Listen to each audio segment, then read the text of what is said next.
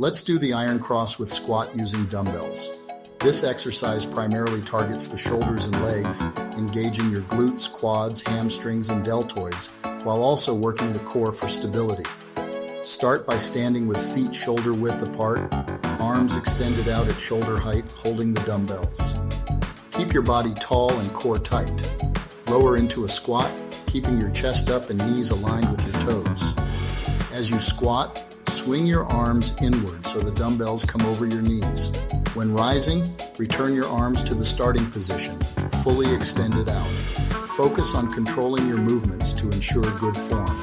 Remember to breathe. Inhale as you squat down and exhale as you rise back up.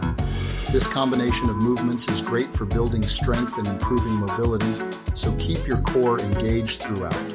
Let's aim for 10-12 reps. Keep challenging yourself and feel that strength building with every squat.